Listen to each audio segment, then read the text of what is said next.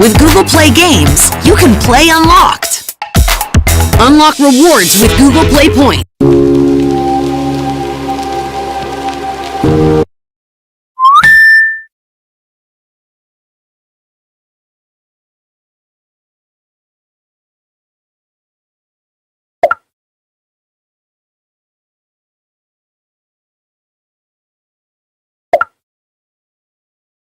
All right, y'all.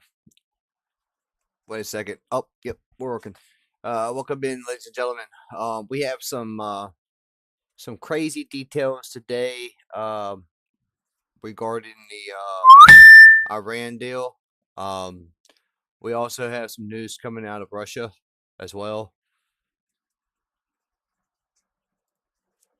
One sec, y'all. I got something else coming in. But anywho, we also have the first confirmation of NATO troops, or I'm sorry, U.S. troops leaving Germany, which is a NATO ally.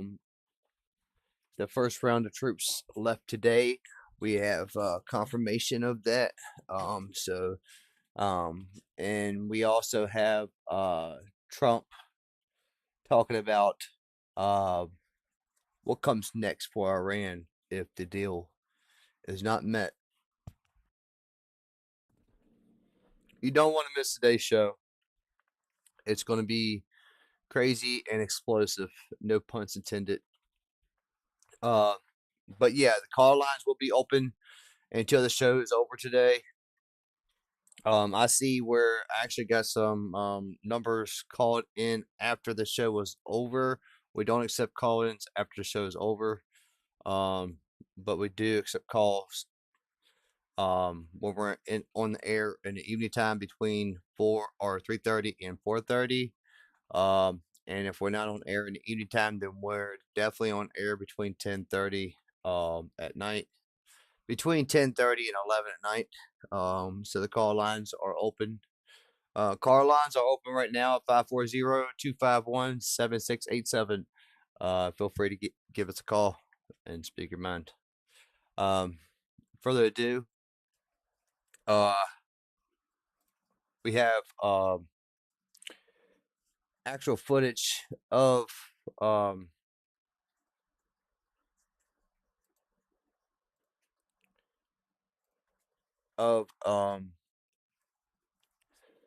Iran and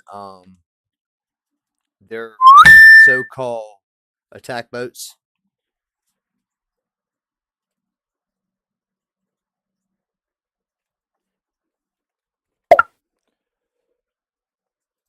Also, we have confirmation of explosives hitting Russia.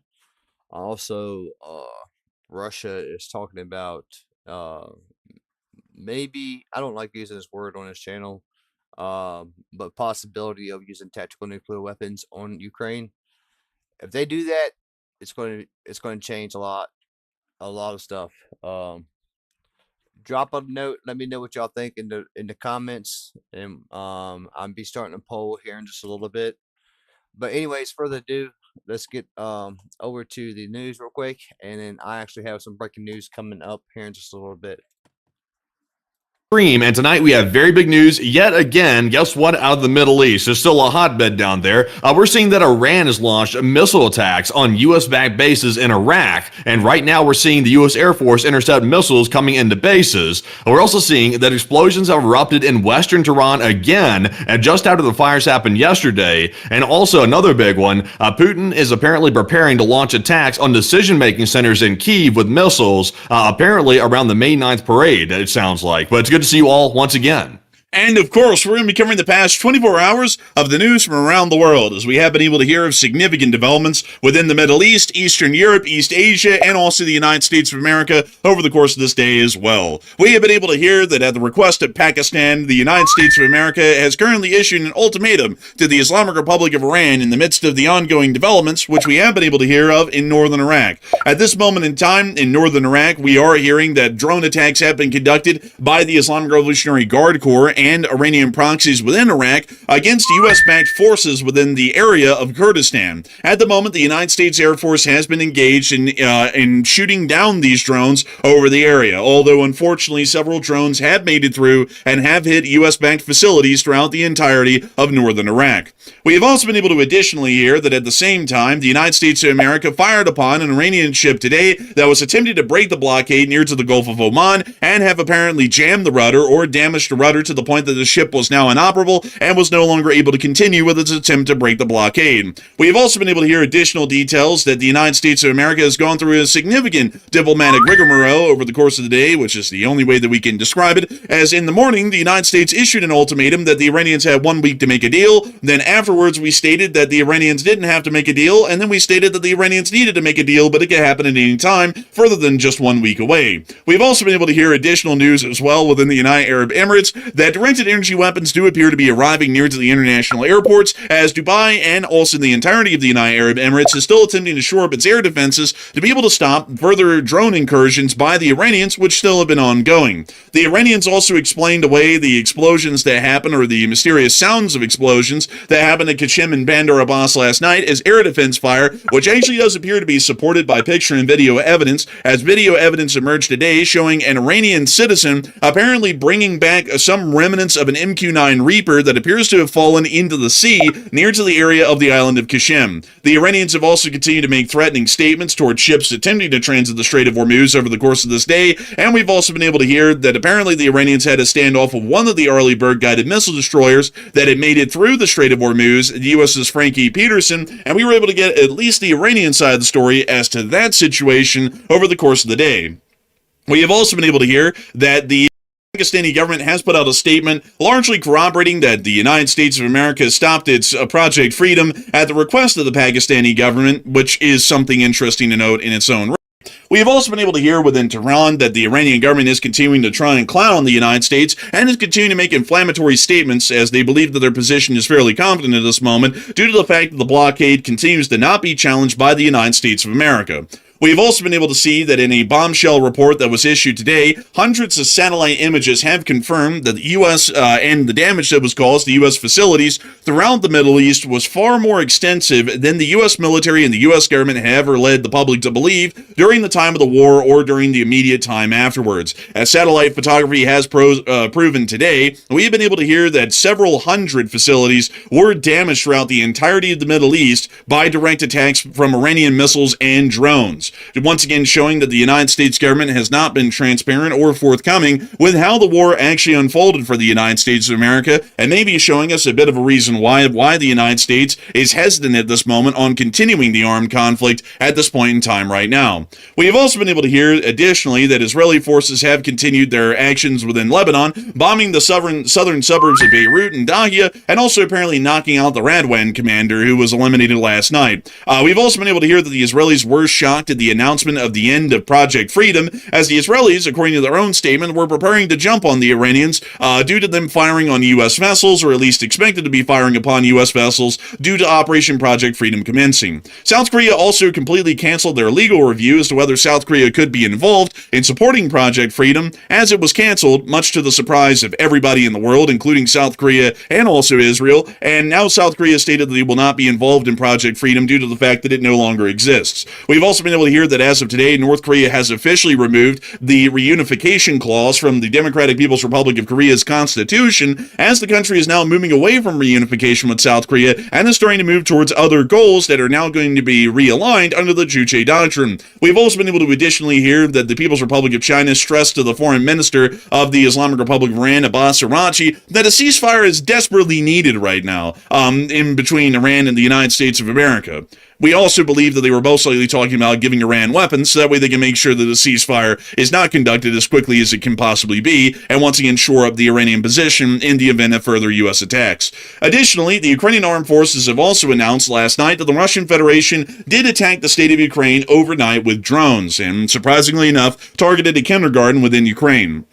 As a result of this, President Volodymyr Zelensky has announced that the gloves are now off for the 9th of May, and the Ukrainians will be attempting to go dead into the center of Moscow in the middle of the 9th of May and try and cancel the parade through means of force. The Russian Federation has panicked as a result and is now threatening the Ukrainians and also warning all diplomats to evacuate Kyiv immediately, as they plan on striking central governmental buildings within the city of Kyiv on the 9th of May in the midst of the ongoing parade. The Ukrainian armed forces have also landed significant hits on the Russian Federation behind the lines over the course of the day, with some strikes occurring within Luhansk and Mariupol, around the surrounding highways, and the significant supply depots that exist within this area.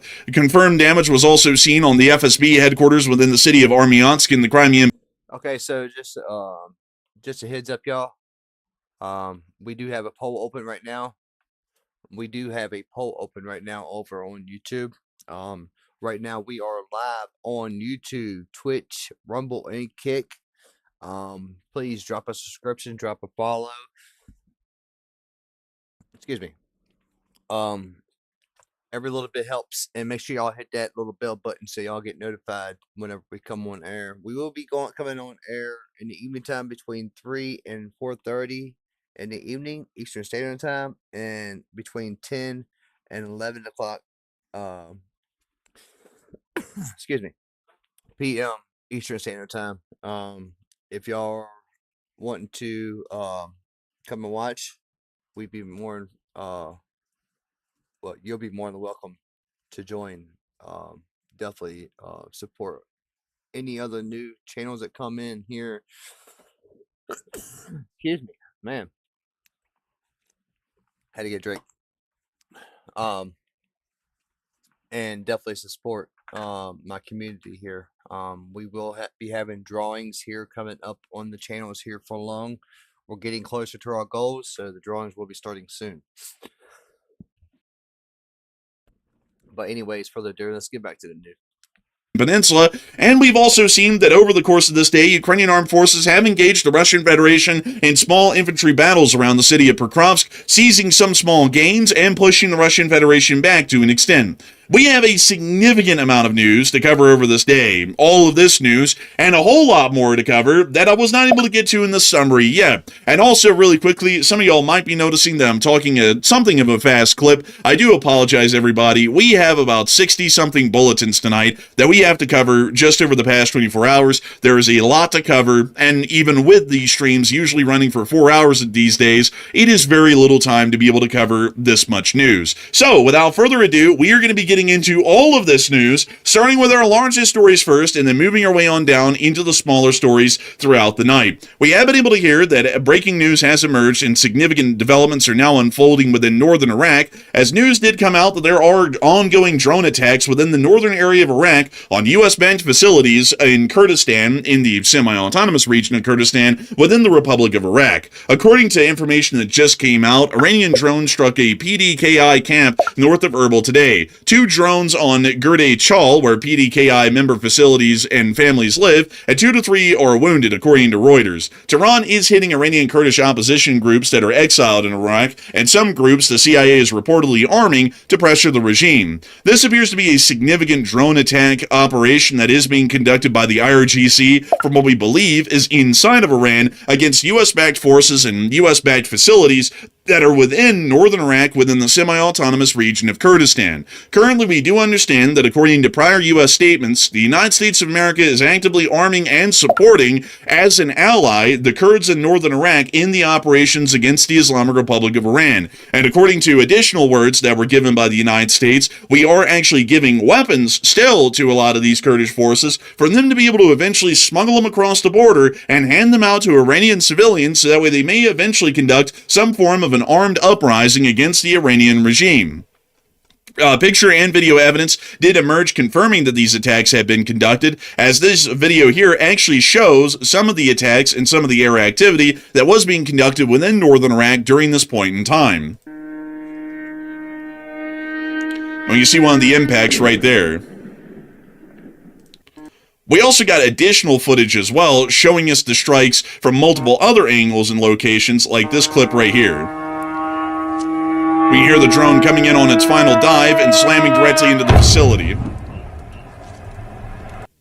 That's some pretty bad hits right there. It looks like a pretty comprehensive drone strike that Iran launched. So, sadly, we don't have the exact number of drones that Iran launched at Iraq, but it appears to be quite a lot of them. And this is just a couple of the videos, by the way. We got a lot more reports of explosions and fighter jet activity over the skies of Iraq. So this is just some of it. And I would have to say, this is only a little bit of it. We don't know the extent of these strikes. We were able to confirm, however, that jets or turbo fans within the area, or just generally jet engines as a whole, which does suggest that the U.S. Air Force was active over the airspace and attempting to shoot down these drones. And we were able to get some additional information from other outlets that did confirm that the U.S. Air Force was active and attempting to shoot down these drones in the area. At the moment, we understand that the United States is treating the Kurdish forces as an allied U.S. ground force, which is provided the same sorts of air defense protections that U.S. ground forces would be provided elsewhere within the region. For this point, this means that the Iranians are largely attacking in extenuation at this point of U.S. forces within the region in our allies that are the Kurds, that are heavily supported by the United States within northern Iraq. And these clips right here of continued strikes are once again showing us the kind of damage that is being seen at this moment and the failed interceptions. We also had one last clip here showing us another one of these strikes.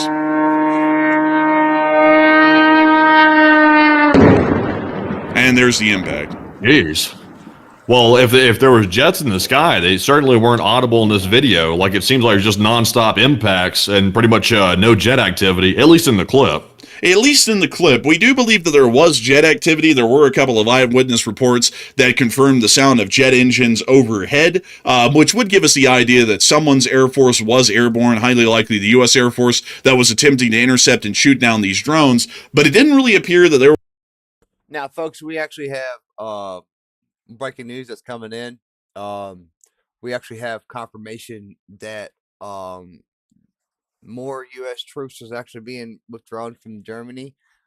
We actually have footage of that. We're actually going to put that on the screen right away.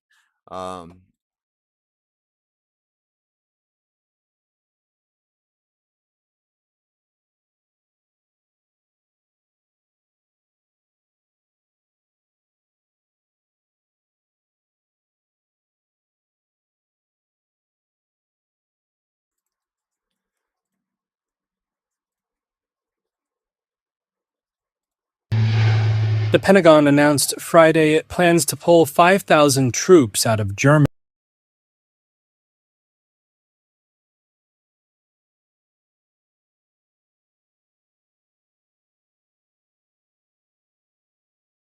Trump had threatened a drawdown in forces earlier this week after sparring with German Chancellor Friedrich Merz. Da wird eine ganze Nation gedemütigt. Who said on Monday the Iranians were humiliating the U.S. in talks to end the 2-month-old war. A senior Pentagon official speaking on condition of anonymity said recent German rhetoric had been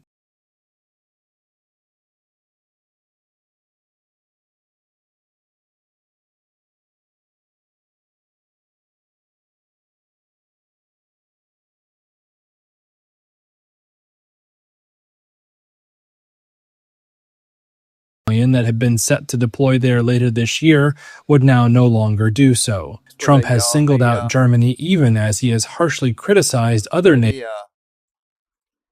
I apologize for that. Let me get right back to that. I had to restart that back over real quick.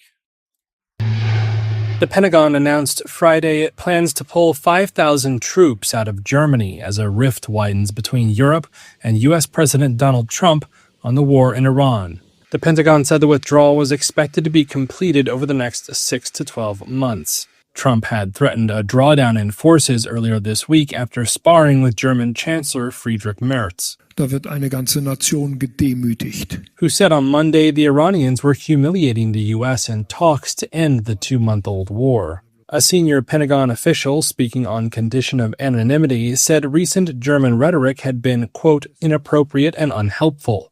The official said the drawdown would bring numbers back to roughly pre-2022 levels before President Joe Biden's buildup following Russia's invasion of Ukraine. They said a brigade combat team now in Germany will leave, and a long-range fires battalion that had been set to deploy there later this year would now no longer do so. Trump has singled out Germany even as he has harshly criticized other NATO allies for not sending their navies to help open the Strait of Hormuz during the Iran conflict. Germany hosts around 35,000 U.S. troops, the largest American military presence in Europe.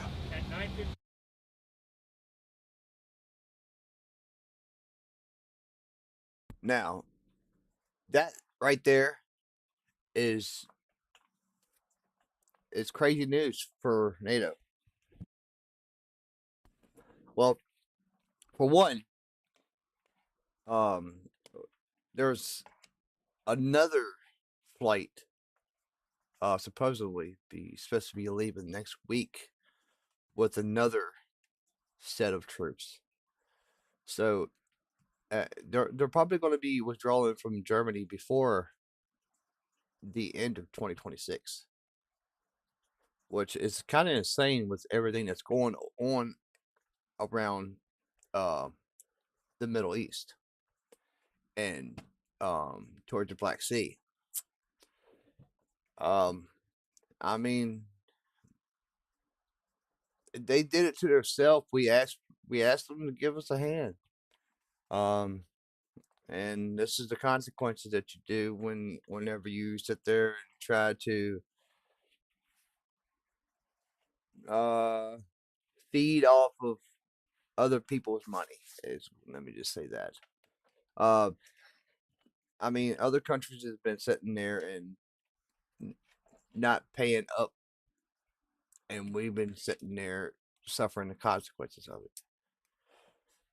The day of that is done, and we are fully back in charge of what's going on. I mean, we see things brighter than people sitting there killing 45,000 people in the middle of the streets and people saying that they don't think the regime is a threat. Or they're sitting there bombing the UAE and Saudi Arabia and Kuwait and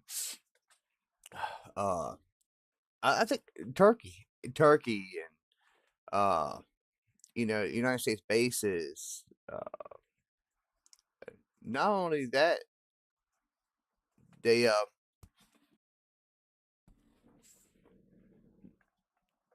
the past 50 years they've been doing this stuff though. This has just been an uptick of the past 2 months. They've been widespreadly doing this, but in the past 50 years they've been doing proxy using their proxy forces over in the Middle East to do terror in other countries. They've been using proxy forces over in United Kingdom to do the dirty work. United States, Israel. It's crazy. And the proxy forces that I'm talking about, Hezbollah and stuff like that. ISIS. But all the other countries saying that they wasn't a threat.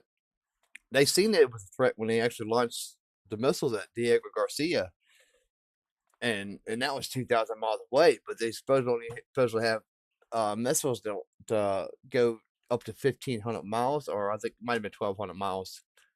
But that's still a long ways. But the 2,000 miles is insane for them to even have missiles of that capability. So I mean, we're going to see how it plays out.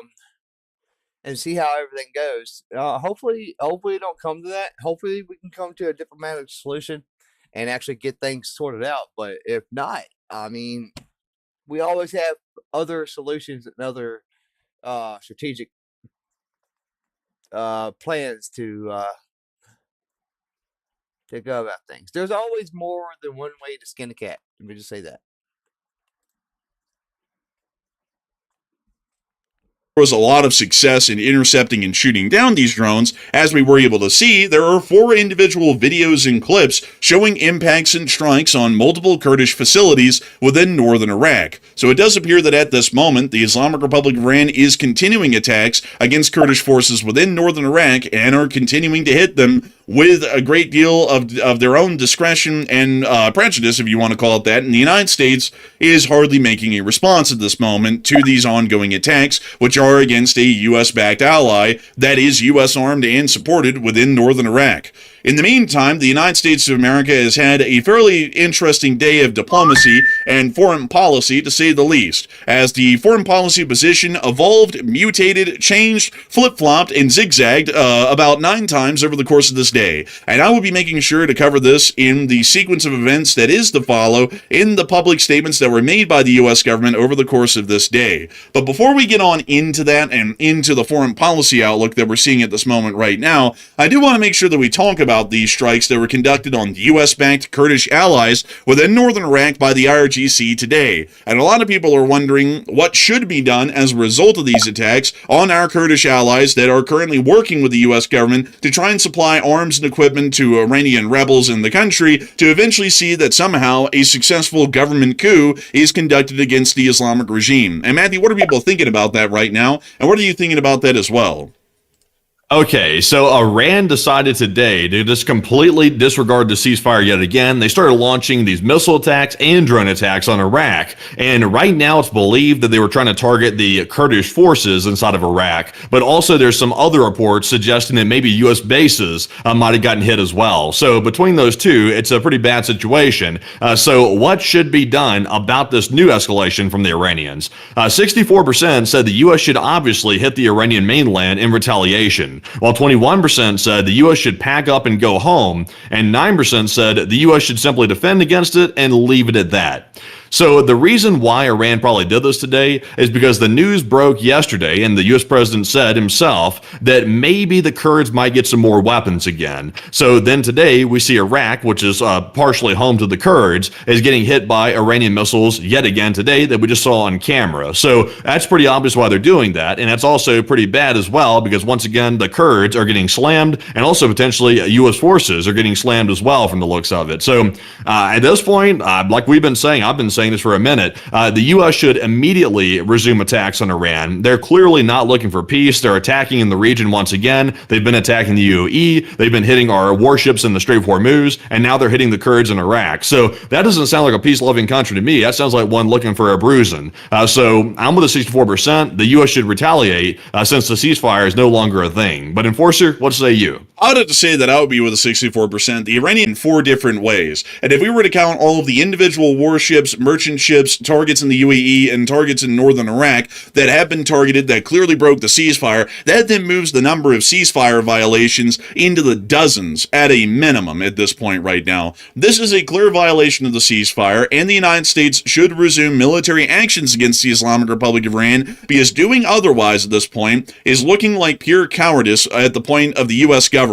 The Iranians have blatantly violated the ceasefire by all extents and definitions of what a ceasefire is, and this requires for the United States to save face by continuing military actions against the Islamic Republic of Iran, because if they aren't willing to respect a ceasefire, then we have no choice but to continue armed actions against the Iranians. If they want to respect a ceasefire, then we won't shoot at them. But they don't want to respect a ceasefire. They're shooting at us, they're shooting at our allies, and that requires that the United States fires back. That's the only thing that we can do, and insisting that the ceasefire remains in place and Iranian attacks are quote-unquote mostly peaceful is doing nothing but making the United States look like a joke in foreign policy. And moving us on out of that analysis on the attacks that are currently happening in northern Iraq and have continued to happen throughout the entirety of the region over the past 48 hours, we have been able to see some significant evolutions in foreign policy and U.S. statements and positions over the course of the day on this matter. According to the first news of the day that we were able to get in sequence, it did appear that there was a sharp reversal in prices this morning on WTI crude. We did see that the price started to drop pretty significantly, back down around $89 per barrel, and then over the course of this day, it started to shoot back up to $95. At this point right now, we're actually seeing that oil is still sitting in WTI markets at around $95.23 per barrel, which is not the highest that we've seen it at least within recent days. The highest was about 110, but it does appear that it's now once again back on the rebound to start heading up towards its higher prices that we've seen recently within the past few weeks. We've also been able to hear that afterwards, the first statements that were made this morning by the U.S. government, or specifically the U.S. president, was the following. And this was issued this morning on May 6th of 2026, around the time of 5:50 a.m. Assuming Iran agrees to give what has been agreed to, which is perhaps a big assumption, the already legendary Epic Fury will be at an end, and the highly effective blockade will allow the Hormuz Strait to be open to all, including Iran. If they don't agree, the bombing starts, and it will be, sadly, at a much higher level and intensity than it was before. So that was the statement this morning by the U.S. government. Huh? Wait a second here. Did you catch that at the beginning right there? There was a little bit of an added detail right here. I just caught it right now when you read that. It says in the first sentence, it says, assuming Iran agrees to give what has already been agreed to, which is perhaps a big assumption, the already legendary Epic Fury will be at an end. Well, I mean, Marco just said yesterday that Epic Fury is over with. He just said at the podium yesterday that the operations of Epic Fury have been terminated. So the president here is saying something to the contrary. He's saying that it will be at an end if Iran follows through the agreement that he's claiming they've reached. So that's completely opposite to what they just said yesterday at the press briefing. Yes, it is completely opposite. Also, on top of that, just to break it down a little bit further, according to the first statement, assuming Iran agrees to give what has been agreed to, so apparently this is now suggesting that we have an agreement with the Iranians that has not been disclosed to the public, and they've yet to follow through on carrying out whatever they've agreed to in the background, which we don't know what that is. But that statement right there states in plain language that apparently there has been some sort of an agreement that has been has had a handshake in the background on, and apparently they haven't followed through with it yet, but there is an agreement and we have no clue what it is in the public. Then we were able to hear afterwards that if they don't agree to a deal,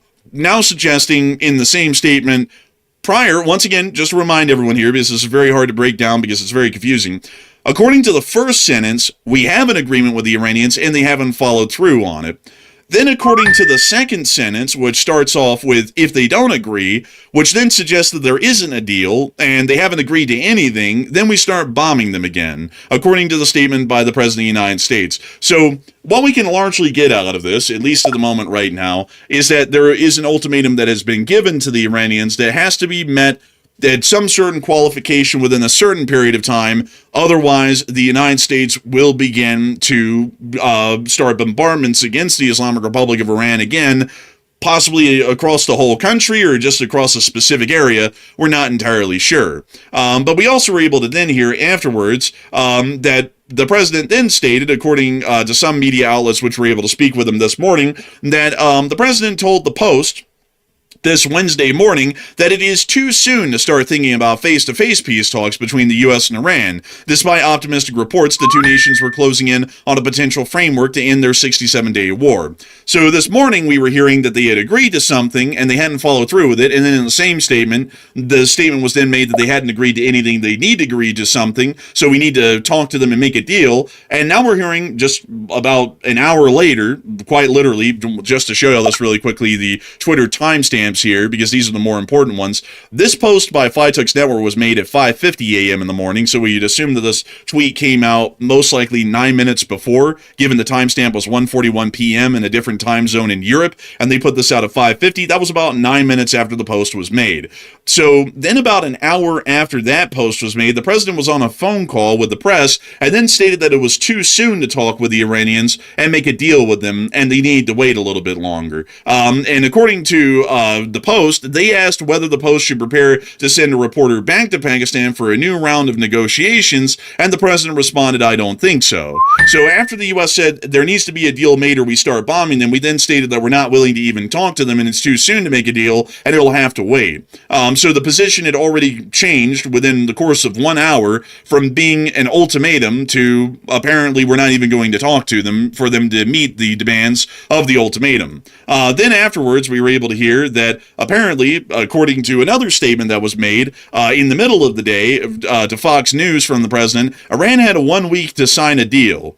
So now we had finally heard at this point that the morning tweet that was made at 1:40, around 5:41 in the morning, that stated that the Iranians had to make a deal, that was then backtracked by the president stating that it was too soon to make a deal, was then expounded upon that we are going to be trying to make a deal with them, and it needs to be done before the end of this week. So that apparently gives a 7 to 5 day timetable, we're assuming, that the Iranians would have to make some agreement by, or according to the words of the president, the United States would begin bombarding the country again.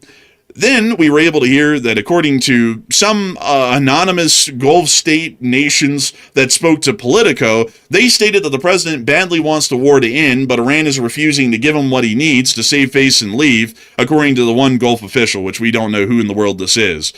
So that appears to be some sort of a statement that we're still trying to get some verification to, because once again, considering that it's anonymous, we don't know how accurate that one is. However, we then were able to hear that just a few hours before the stream, which I'll have to pause that right there, and I won't be able to show you all either of these clips. This was around 1:16 local time in the afternoons. This was about 7 hours before our show went live right now. A reporter asked the president in the Oval Office today at some sort of a USC meeting in the Oval Office if there was a deadline for the Iranians to make a deal, and then the president stated there never was a deadline, but it will happen. So to now cover the entire foreign policy announcements and what we think we're working off of right now, here's what we've seen over the past 24 hours. The president stated at the beginning of the morning that the Iranians will be given an ultimatum and they have to reach a deal with us by a certain amount of time, otherwise we begin the war against them again. We then stated afterwards that apparently it's too soon to be talking about a deal, so we're not even going to Islamabad to talk about them for them to meet the qualifications of that ultimatum and to make a deal with them. We then heard that apparently they have 1 week to make the deal, now making the deal exist again, and apparently talks would have to happen as a result of that to be able to achieve anything with the Iranians. And then we were able to hear that apparently the 1 week ultimatum that was given is not real and there is no timeline. It will be done, but it's not going to be done in a week. We've also been able to yeah, so it's just like I can tell you're having a hard time keeping up with it yourself. It's kind of hard to follow, even hearing it being narrated. It's kind of hard to follow right here. I think though, like what this all means right here, like these mixed messaging, like all over the place, like all the jokes aside for a second, because I see people like joking like crazy about it. I think what this indicates is that the U.S. currently does not have leverage over the situation, which we've been saying for some time, and it's mainly because of the Strait of Hormuz. That's where the leverage is currently being levered by Iran for the most part, and the U.S. is really not at the helm here when it comes to this. Also, it's kind of backed up by the fact that the U.S. just ended Project Freedom, or whatever that operation was to get the ships through the strait. They just brought that to an end after like 48 hours or something like that, which was pretty embarrassing to see that. So that's what that indicates to me. They're basically sitting back and letting the Iranians drive the ship, which is not a smart idea, by the way, because if the Iranians drive it, they're going to drag this out for as long as they can. So that way it inflicts the most economic damage on the United States, which is why we've been saying it's wise to get back to striking the Iranian regime, or otherwise we're going to be in a quagmire even worse than we're in right now. So I think that's that's probably what's going on. Probably definitely is what's going on, I would assume. But also, by the way, I see a lot of people saying that was confusing to follow, and that's okay. It's so confusing to follow that I actually had to go back through the bullet points and the titles I put on them to even be able to try and remember the sequence of events of how the foreign policy position morphed like a chameleon over the course of the entire day today leading up to the show. It's almost it is impossible for us to follow, and it's also wildly impossible for everyone else to follow. Before I get to the whole deal basic end result of this whole thing that we've seen today, which is an alleged U.S. offer that we've made to Iran. I want to show you all how confusing this is for other people to follow at the national level for other countries. According to the Israelis, in a statement that was made today, according to the Israelis, they stated that we were unaware of the American intention to end the operation in the Strait of Hormuz, and we had prepared for escalation. Meaning that the Israelis had assumed that the U.S. was going to stick with Project Freedom, the Iranians were going to fire on U.S. warships and merchant vessels as we attempted to break the blockade, and as a result of that, the war was going to start again. That's what the Israelis had assumed, and the blockade was started and canceled so quickly, the Israelis hardly had any time to even be able to react or largely work with the United States on what was going to be happening.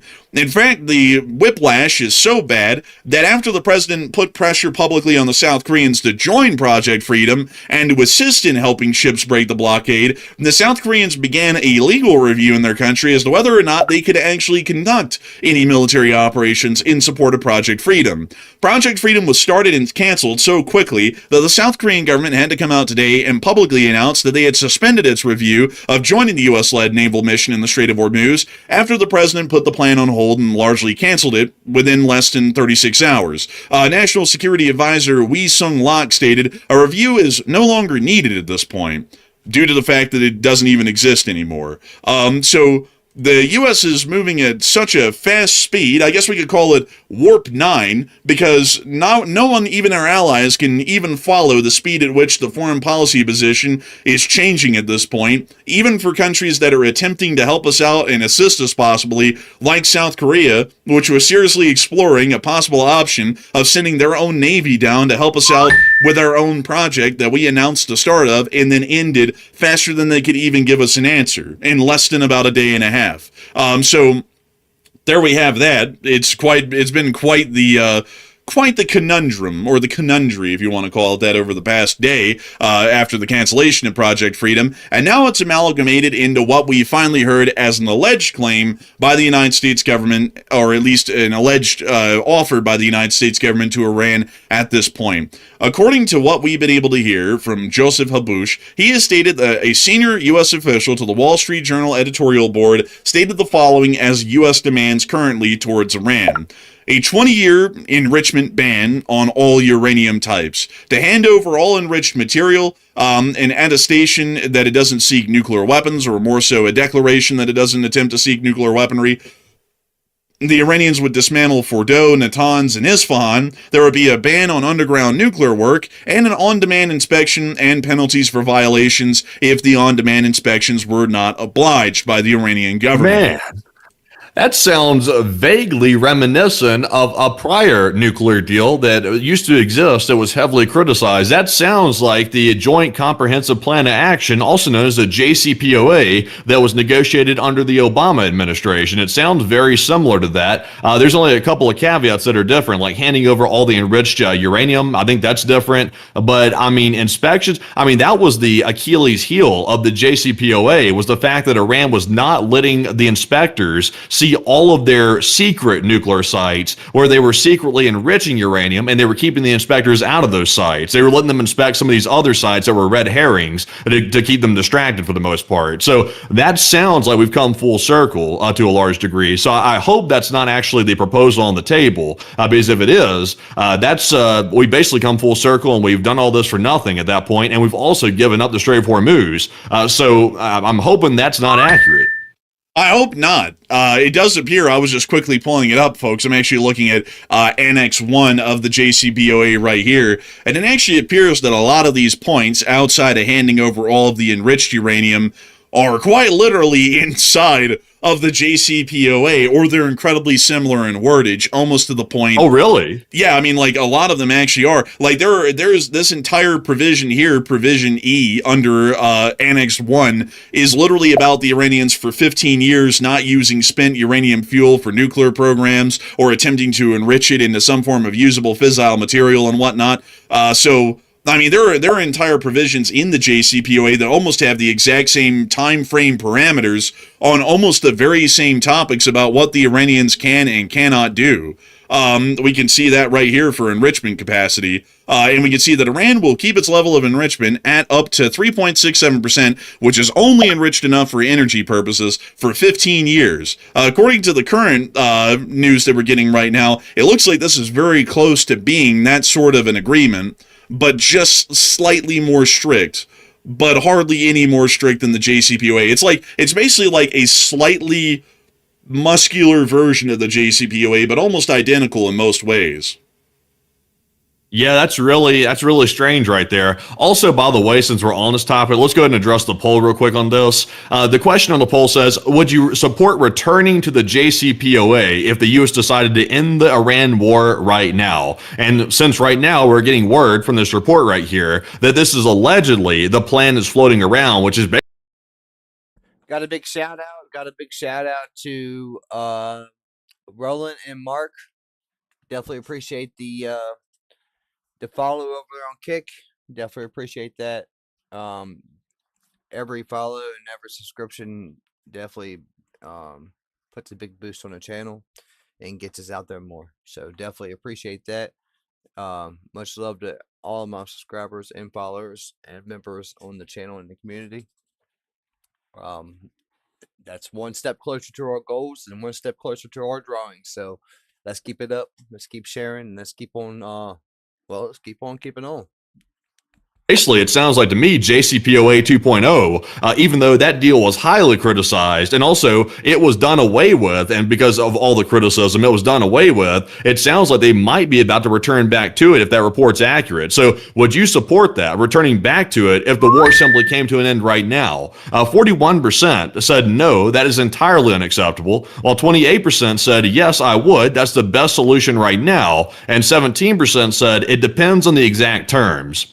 And I will say this, I actually agreed with the criticisms of the JCPOA. I actually agreed with the criticisms because the problem with the plan was we couldn't ensure that Iran was being transparent and letting us see all of their nuclear sites. It's too easy to covertly enrich uranium on the side, which is what the Iranians were doing. It's too easy to do that. So, if any plan relies on inspections and it relies on the Iranians being forthcoming and honest, that's a bad plan. And it sounds to me like this new proposal here, if it's accurate, is generally relying on that same major issue that was the main problem with the JCPOA. So to me, that's entirely unacceptable. That's a major problem right there. And also, not to mention that, but the U.S. just can't end the war right now. Even if we get the nuclear deal, nailed out to where it makes sense, Iran still controls the Strait of Hormuz. Iran is not letting us leave the region. We can't leave the region and leave the Strait of Hormuz in the control of the Iranians. If we do that, we are basically dooming ourselves to economic ruin if we do that. We can't leave and leave the Iranians in charge of it. So, even if the nuclear stuff gets sorted, we can't leave. So if we have to stay, which we do have to stay, we might as well finish the job and also take out the nuclear program and make sure that regime can't restart it whatsoever. Just finish the job. We're there. We have to stay. Just get it done. That's my opinion. But Enforcer, what say you? I would say that going through this whole effort at this point,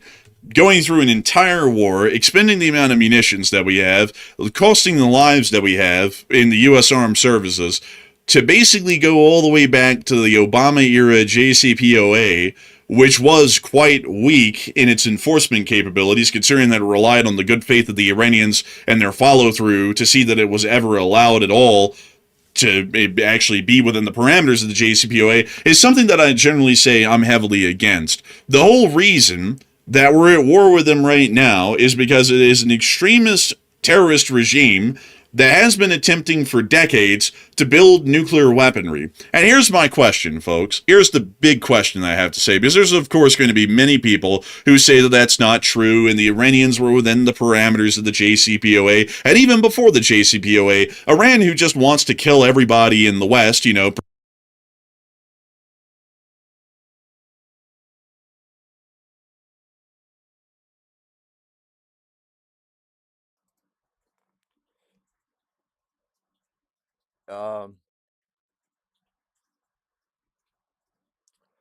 Well, for one, I don't know why it's not changing over there on the other channel, but anyways, for one, that would be a disaster if we go back to the Obama uh, agreement. That's what got us here to begin with, and I don't think. Well, I know that it won't work because they're going to say that they're doing one thing, and then they're going to be building a nuclear weapon in a whole totally different facility in a totally different part of the country, and they're not going to say nothing to us. Particularly Jews and Americans, they just, we're just working on peaceful nuclear weapons. Why in the world did they build all of these subterranean nuclear development complexes if everything that they were doing was just above board and for peaceful energy production? Why in the world would they feel like there was such a heavy threat that they would eventually get bombed and destroyed?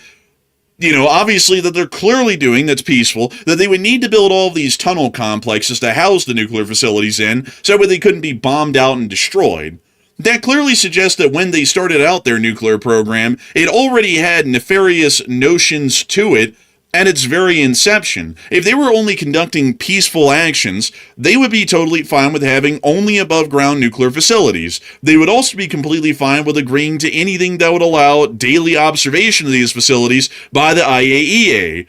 Yet they never accepted any of that. The first time that we knew about Fordo and Natanz, which are their actual enrichment facilities, was in 2009. Do y'all know how long those facilities had existed before we discovered them? 6 years.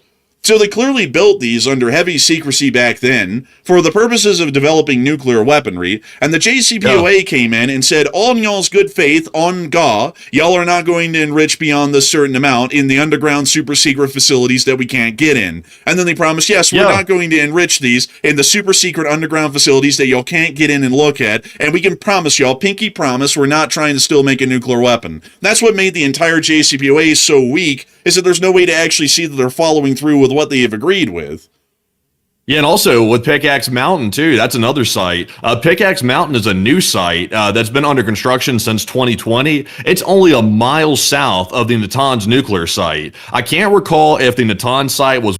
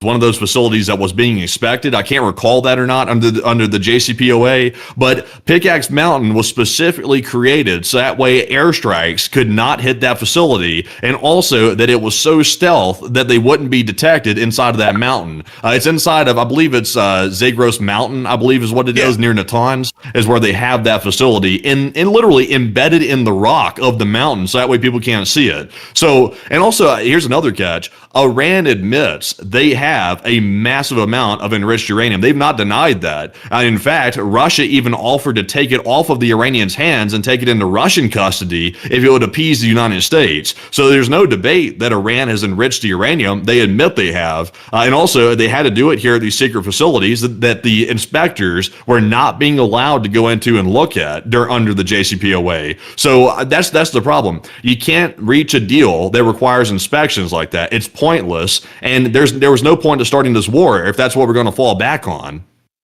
And I would definitely have to agree. And also another thing that I have to point out, folks, this is a very important one, is that the U.S. didn't even realize that Pickaxe Mountain as a facility, at least from what we know in the public, that it even existed until after Operation Midnight Hammer had concluded. So if we had agreed to anything, according to the JCPOA, we only know and are able to request inspections of facilities that we know of. We didn't know of Pickaxe Mountain until the latter part of the summer last year. And that's also the other problem. If they agree to anything, we have no clue if they're actually adhering to it, because they're running this entire program in the utmost secrecy. They are digging tunnel networks to stop the facilities from getting bombed. They're also building these tunnel networks so extensively that they can fit an entire complex inside of it, and we have no clue what they're doing down there. We know that they have enriched uranium. I mean, every single U.S. administration in the past 6 years has admitted that the Iranians have enriched uranium above a 70% grade. For nuclear power purposes, you only have to enrich uranium to about 3.4 to 3.6%. Anything higher than that, you're working towards getting fissile material for a nuclear weapon, which requires enrichment up around 90% or even higher than that. So the fact that they're enriching all the way up to 70% clearly is giving us the understanding they're not enriching that just to have some really souped up, fuel rods for a nuclear reactor down at Bushehr. They're clearly enriching that to create a nuclear weapon. Why would they go through all of the additional expense and effort to produce uranium that is enriched to that degree when it's not necessary for power production? That's clearly showing they're working that up to being refined enough to have a nuclear weapon. So all of these things, all of these facts show that going into a second version of the JCPOA is going to be completely pointless. It is absolutely asinine and ridiculous. We're basically hamstringing ourselves again and pretending like the Iranians are all honky-dory when a terrorist regime, as it has been for decades, is still attempting to work towards a nuclear weapon. That we know, and it would be ridiculous to know anything else or pretend like we know something else and to agree to some sort of a stupid deal that is going to hamstring us again and allow for them to continue their nuclear weapons programs with a veil of legitimacy to it. And in the midst of that all, they pretend to the international community that they're adhering to the new terms. That wouldn't make any sense at all. But with that, it is time for us to move on and out of this news, as we have been able to hear some other significant developments within the region as well. Over the course of this day, a bombshell report came out that I have to say, folks, is not really that good. And I do have to say that one company has actually done pretty good in finding this information. The Washington Post has actually done a little bit of an assessment on satellite imagery. We're not able to know where they got this from, because from what we know, most U.S.-based satellite firms are still not allowing unrestricted access to high-fidelity satellite photography of U.S. bases or U.S.-operated bases within the Middle East, so we're assuming that they may have gotten this from China or from some other country that doesn't have these censorships on their satellite photography. But according to the Washington Post, based on satellite imagery, Iranian strikes have damaged or destroyed at least 228 facilities, that's buildings in common words, at American bases across the region, including barracks, hangars, radar systems, Patriot and THAAD defenses, aircraft, fuel depots, and communication centers. The newspaper analyzed more than 100 satellite images and concluded the attacks were far more precise and large-scale than was officially acknowledged. The hardest-hit sites were in Bahrain, Kuwait, Qatar, Saudi Arabia, Jordan, and the UAE, which basically, in short, means everywhere that U.S. forces were based at were the heaviest hit. In some cases, U.S. personnel had been partially withdrawn in advance due to these expected strikes. One of the most serious attacks hit the headquarters of the U.S. Fifth Fleet in Bahrain, which we were able to visually confirm when the strikes were conducted over a dozen times on that facility throughout the entirety of the armed phase of the conflict. According to sources, the damage was so severe that some operations were temporarily relocated to Florida, most likely the CENTCOM's headquarters area, which I believe is at MacDill Air Force Base. But we can actually see in some of the pictures that Washington Post did publish in their article today, some of the satellite proof of the damage that was caused to U.S. Buildings and facilities on U.S. bases throughout the region. And it was pretty extensive. A good bit more extensive than we were led to believe in the public, and even our analysis was able to forecast here on this channel, due to the fact that the U.S. government went out of its way to quote-unquote request that satellite companies do not allow for uncensored satellite photographs to be given to the public without a 2-week hold, and then that was later rescinded to be permanently into the indefinite future, meaning that we were not able to see from the open source intelligence end what kind of damage Iranian drone attacks and missile strikes were actually posing to U.S. forces and bases within the region. And this is starting to give us an understanding that Iranian drone attacks, particularly, were a lot more damaging than anyone had been led to believe in the public. We had reported in the armed phase of the war, when that was ongoing in March, that it did appear that Iranian drones were posing a significant threat, and that the United States military did not have any purpose-built drone defenses inside of its forces to be able to deal with such a threat, largely giving us an Achilles heel. Many people wanted to laud those statements and say that obviously that's just propaganda. Just because the U.S. hasn't actually prepared for the next age in modern warfare doesn't mean that we're going to be taken out to the cleaners by drones. And it appears that by the satellite photography that the Washington Post was finally able to get, it clearly does appear that the drone attacks were about as damaging as we were believing that they would be, and it is showing that there is a massive gap in U.S. air defenses right now against drones. And the ridiculousness... This is actually worse than I thought it was. Like, I didn't think it was this bad. Like, I knew it was worse than the U.S. was letting on, but this is actually worse than I was imagining in my head about this. Also, by the way, just real quick, so people generally know what was protecting these locations right here, these American bases. To my knowledge, I think there's like CRAM protecting these bases, which is basically like an automated machine gun that shoots down incoming projectiles.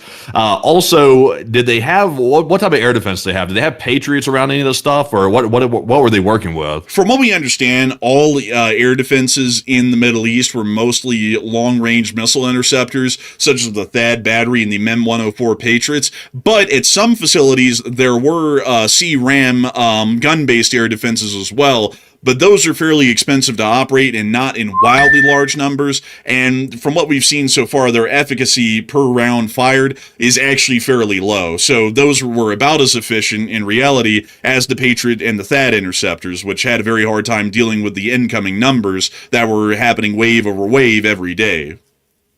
Yeah, and it seems to be, just looking at these images right here, it appears to be most likely Shahed drone damage, possibly from drones impacting on these sites.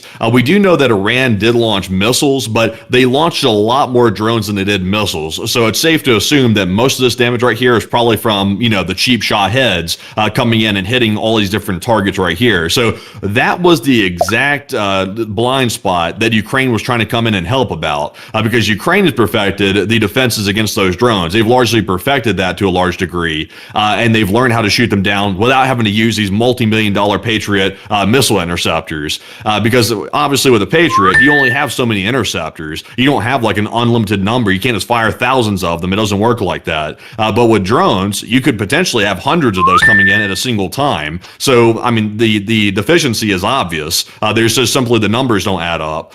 So, we need a better defense, because clearly it looks like we got overwhelmed, which was somewhat predictable, but it looks like we did get overwhelmed to a large degree.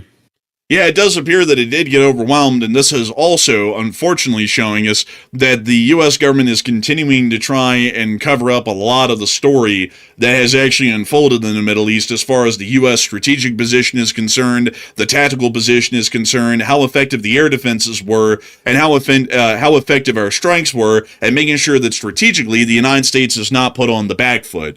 Basically, at this point, the United States is misrepresented or completely fabricated and lied to the public on most every single one of these topics, as we had been told by the U.S. government that the damage to U.S. bases and facilities throughout the region was negligible, if not non-existent for most facilities, save for a few which were visually confirmed at the very start to have been directly hit, meaning that the U.S. government downplayed and actually completely lied about the situation the U.S. armed forces were in, and they were actually taking some pretty decent damage to a decent amount of facilities throughout the entirety of the region over the armed phase of the conflict, which might be giving us an idea, or at least a concept at this moment, why the U.S. might not be a big fan plan of restarting the war with Iran again, as they may be realizing that the drone warfare situation has been so grossly neglected by the U.S. government and the armed forces, and so unaccounted for in this conflict, that we actually have no effective way of dealing with the threat at the moment, or dispatching them and shooting them down, like the Ukrainians, or any other country that's been heavily experienced in drone warfare would be at this point. A little bit unfortunate.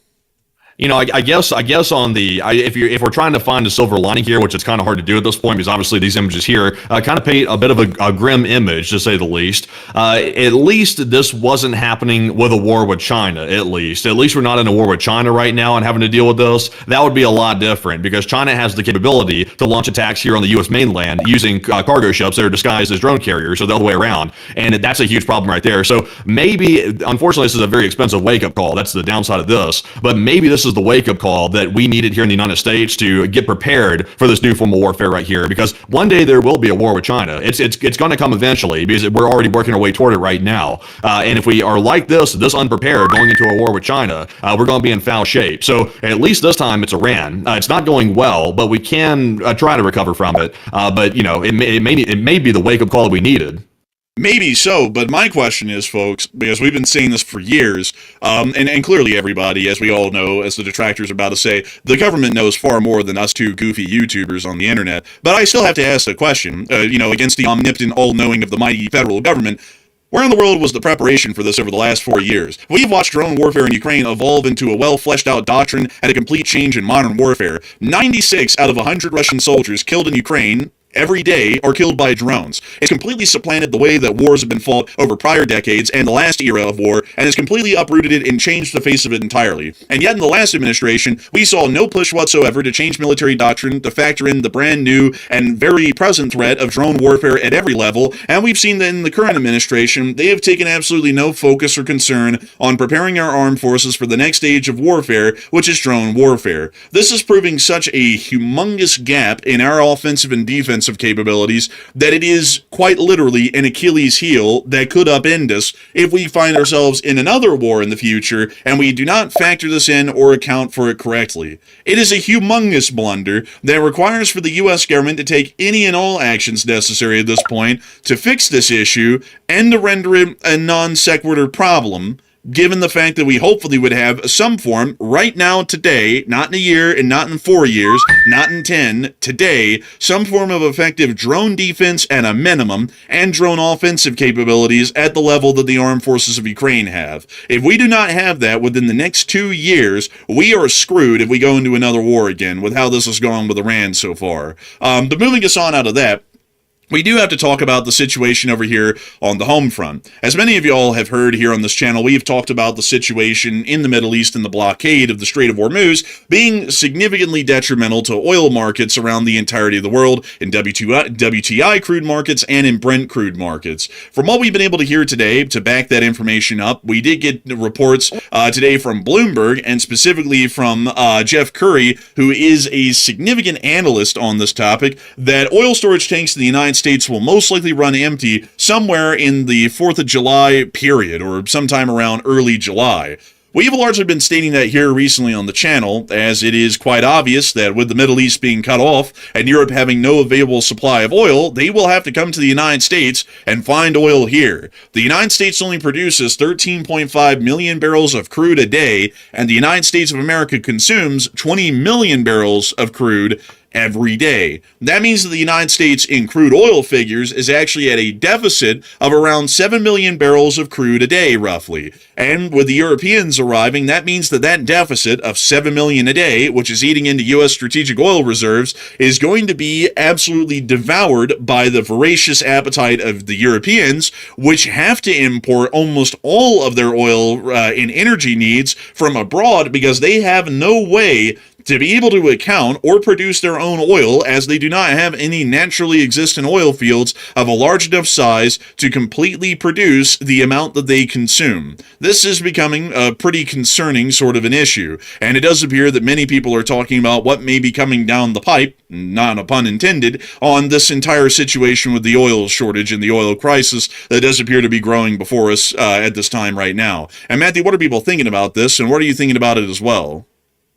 Okay, so the analysts are starting to sound the alarm a little bit because the U.S. is currently draining the strategic oil reserve, which is intended for times of war. Sort of an Currently issue. draining And it that does trying appear to that many people stay are talking off the about rising oil prices globally. So that's part of the problem. And also, we just got word literally 30 minutes ago that a new report has come out that U.S. oil product exports have jumped to a record 8.2 million barrels per day. That's what we're exporting, by the way. Just for context, the U.S. produces about 13 million barrels per day domestically here in the United States, and we're exporting 8.2 million barrels out of the country. So I mean that's a little bit concerning on its face right there. We're exporting a hell of a lot of oil that we might need ourselves simultaneously while we're draining the strategic oil reserve. So that seems a bit concerning. So now the analysts are saying that draining the U.S. oil stocks might lead to shortages by early July if this keeps up and nothing changes. So what happens? 55% said the U.S. will probably have oil shortages soon, while 34% said the U.S. will end up forcing the Strait of Hormuz open and the problem will resolve that way. And 4% said Iran will probably open the strait voluntarily. So the one option I can guarantee you is not going to happen. Iran is not going to open the strait voluntarily. When they created that whole strait authority to control the strait, that was their version of saying we're never letting it go. So Iran's not going to do that voluntarily. The only way to fix the situation is to use force. That's the only way to fix it at this point. Previously, we might have been able to take a different route, but we've gotten too far down the rabbit hole. And at this point, ground action is the only thing that's going to open the Strait of Hormuz.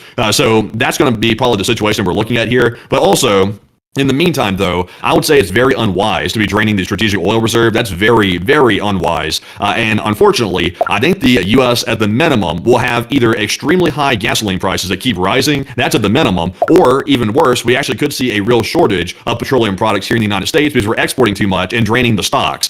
So, I hate to say it, but I'm with the 55%. I think we could be looking at a bit of a crisis by early July, like the analysts are also suggesting. But Enforcer, what say you? I'll be with the 55%. This is going to turn into an oil crisis with significant physical shortages reaching the United States probably within the next several months. The situation is pretty tough at the moment in the international markets, and I do have to remind everyone once again that we live within realities that are set in stone. There is no opinion as to whether the U.S. is fine because we produce a lot of oil in our borders and screw Europe. We work on a globalist economic system and a globalist economic model. That means that we have to face the reality and the fact that most commodities like crude oil are traded, bought, sold, consumed, and produced on that globalist market stage, not on the national one. The United States of America, according to the reports from the U.S. Department of Energy, actually looks pretty high on the hog, but I'm about to have to break this one right here. If you look at the graphs that we can see right here, the United States is generally a net exporter of around 2 million barrels per day of petroleum products. But I have to say, folks, there's a little bit of a devil in the wordage here, because this is petroleum products. This is not crude oil. The United States consumes about 20 million barrels of petroleum products every day. The United States, according to the Department of Energy, produces 20.15, actually meaning that we, according to this graph, produce a 1-to-1 amount of the exact amount of petroleum products that the United States would need. Here's the problem with this, however. If we actually go and look at the U.S. Energy Information Administration. All right, so everybody, we have the polls are in, y'all. It's getting down to the point to where, like, it's going to have to be boots on the ground. If we can't come to a conclusion and make a deal in diplomacy, like, we ain't gonna have no choice but to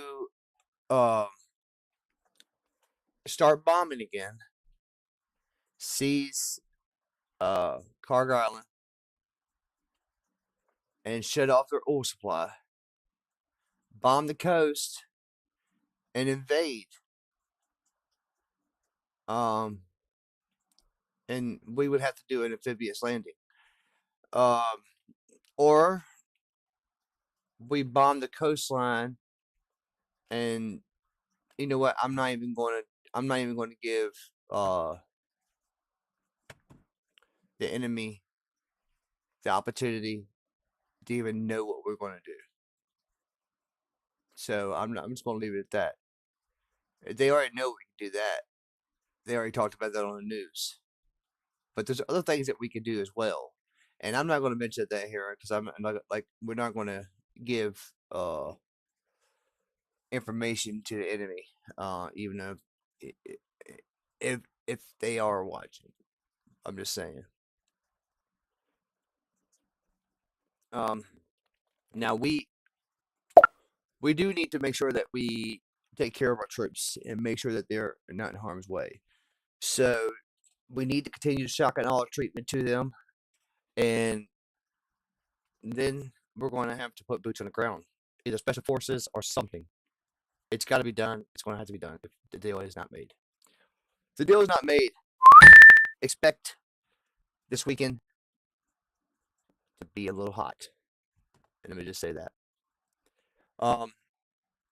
We're hoping to do call-ins this weekend as well. We're going to do it the rest of this week and then this weekend. We're probably going to do it next weekend as well.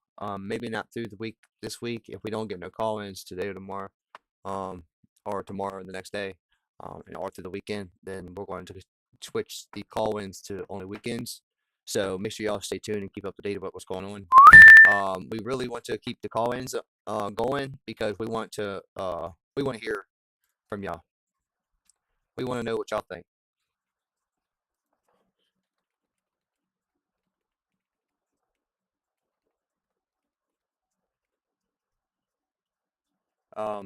We want to keep communicating with the our community. You know what I mean?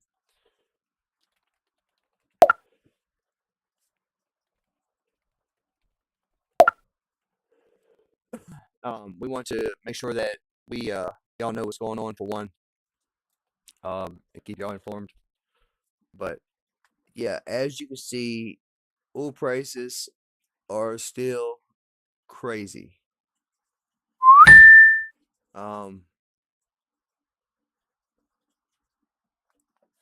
Energy is going up. Oil prices are going up. It's getting ridiculous. But we should. Okay, let me just say this: if we're doing this now, we might as well just go ahead and continue to do it. Because if not, if we wait until later on down the road, let me just say this: we're at a financial struggle right now with the United States.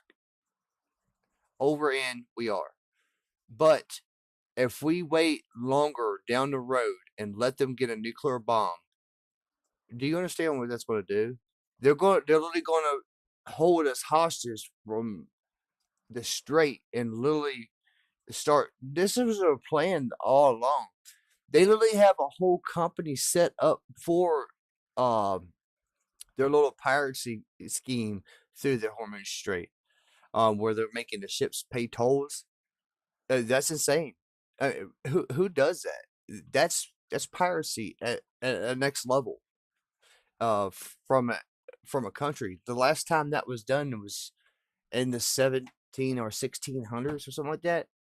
It might have been earlier than that. I have to look back. Don't quote me on that, but I'll have to look back on that. But it's when the United States actually went and actually it might have been never mind. But it's when the United States actually went and stopped pirates from seizing vessels and stuff in the Persian. It was a little island that they had, and the United States literally went and destroyed it. It's crazy. And that was the last time that we actually dealt with piracy that way. But this is the next level. This is them, and I don't know if y'all have heard about them actually trying to use dolphins as mine carriers, but that's insane as well. That's a whole nother level of insanity because they're literally putting cruelty animals for one. It's insane.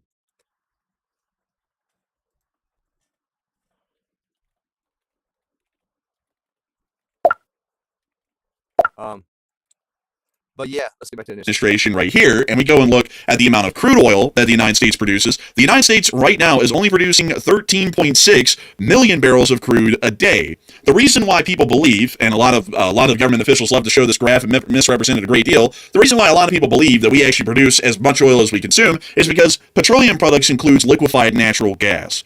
The United States doesn't use 7 million barrels of liquefied natural gas a day. That's the net. The larger part of what we export these days isn't crude oil, it's mostly liquefied natural gas. We're the largest producer of it in the world right now.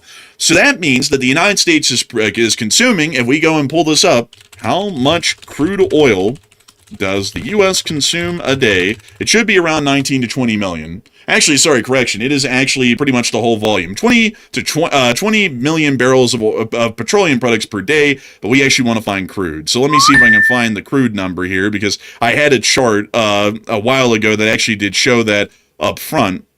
Let me see here. Oil, petroleum, let's see. Oh, man. So they're going to make this very hard. So, dang, well, they don't give the exact number right here, do they? I put crude oil.